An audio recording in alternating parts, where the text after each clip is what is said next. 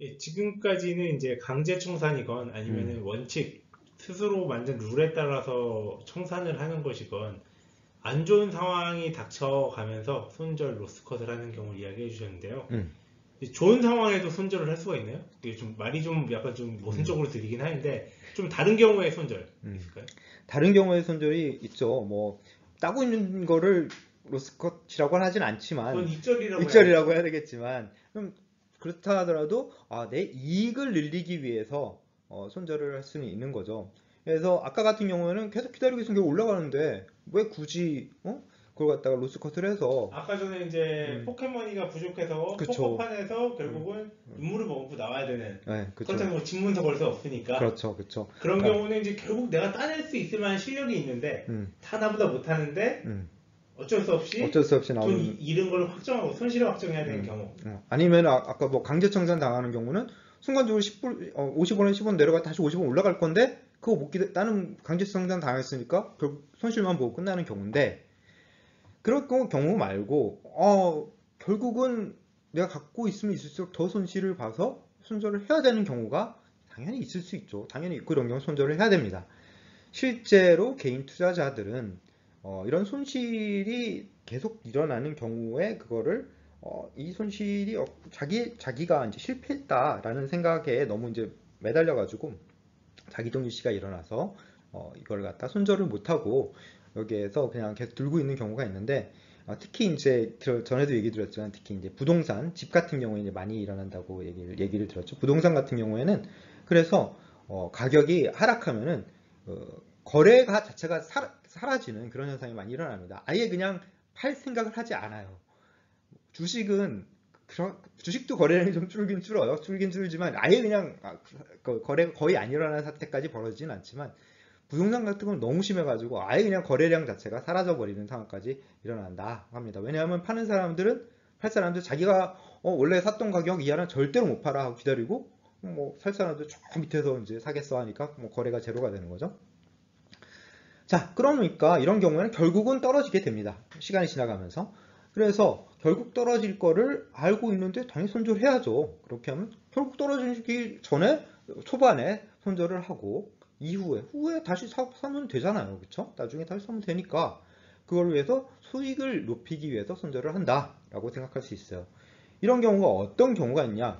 라고 하면은 물론 개인 투자자들이 좀 더 손절 안 하니까 좀 더 손절을 하는 쪽으로 가는 게 맞긴 맞지만 그렇다 하더라도 좀 잃었어. 나 너무 기분 나빠. 너무 슬퍼. 당장 없앨래.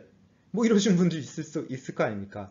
이거는 도리어 손실을 높이는 것이고, 그 전에도 얘기했듯이 자기 이제 그러니까 시장 심리 팩터를 따라가게 되는 것이라서 도리어 이런 걸 따라가면 도리어 손실을 높이게 되는 거고, 이것은 이유가 있어야 되고 원칙을 가지고 손절을 해야 된다라는 것입니다. 첫 번째로 제가 얘기 드릴 거는 이제 자기 아이디어를 검증할 수 있을 때, 자기 아이디어가 틀린 것으로 나타났을 때는 당연히 손절을 해야 됩니다. 예를 들어서 시장의 성장률이 낮아질 것이라고 예상을 했어요.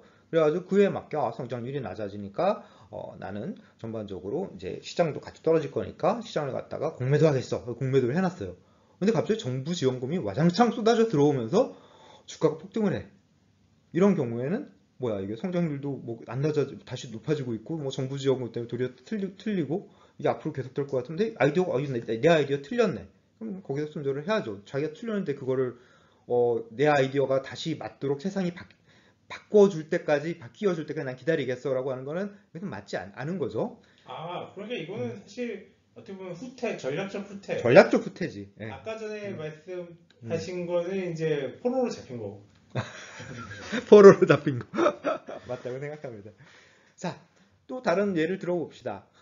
이번에 이제 뭐 상당히 이제 인플레이션 일어나는 2021년, 22년 인플레이션 일어났던 원인 중에 하나가 생산력이 이제 많이 이제 줄어들어서 일어난 것들이 있는데 그 중에 특히 이제 농산물 같은 경우에는 사실 2021년에도 이미 생산력이 많이 줄었어요. 뭐 기상이변 이런 것들 때문에. 그랬는데 대부분 이제까지 보면은 너무 기술력도 좋고 여기 가뭄 나면 저기다 심으면 되지. 저기 가뭄 나면 뭐 새로운 땅 뭐 개간해서 심으면 되지. 해서 농산물 가격이 너무 탄력성이 좋았기 때문에 나의 아이디어는 다시 농산물 가격이 하락할 거야 결국 이라고 베팅을 했어요. 그러는데 전쟁이 발생을 하네. 그래서 우크라이나니 뭐니 뭐 곡물이 생산되는 모든 지역이 완전 난장판 되고 곡물 가격이 도폭등을 시작했어요. 나는 막 손실을 볼 거 아닙니까?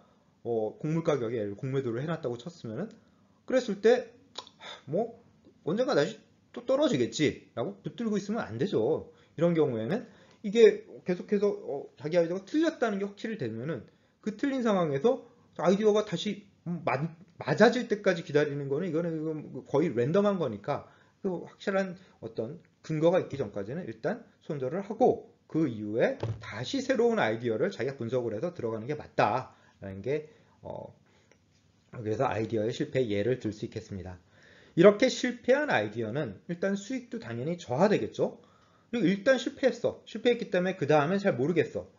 모르겠는 상황에서 자기 잘 모르는 걸 뭐하러 베팅하죠? 그쵸? 난 잘 모르겠어. 이미 떨어졌잖아. 떨어졌으니 계속 갖고 있어도 돼라고 사람들이 생각을 해요. 그렇지만 이미 떨어졌다 다시 반등할 게 확실치 않으면 그 다음을 잘 모르겠으면은 원래는 안 들어갔죠. 난 잘 모르겠어. 그런데 뭐하러 들어가? 안 들어갔을 거를 계속 들고 있게 되는 겁니다. 그래서 이런 거는 그냥 수익도 저하되고 위험도 엄청나게 증가하죠.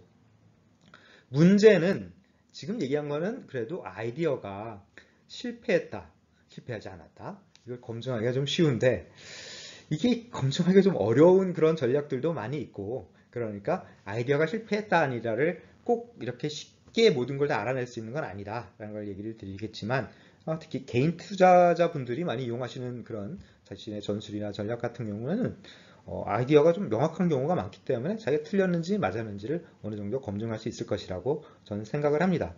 반면에 이제 전문 투자자 같은 경우는 예를 들어서 저희가 저희 말 많은 사람들이 따르는 모멘텀 투자 같은 경우에도 보면은 모멘텀이 실패를 했어요.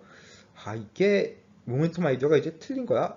라고 생각하는 여러 근거가 있긴 하지만 이거 말하기가 너무 어려워요. 이걸 검증하기 위해서는 굉장히 많은 분석도 거쳐야 되고 여러 가지 시뮬레이션도 돌려야 되고 쉽지 않으니까 이런 경우에는 또 쉽지 않지만 어쨌든 아이디어가 실패가 명확하게 드러나는 경우에는 가차없이 손절하시고 그 다음 기회를 노려라 라는 게 저희 이야기입니다.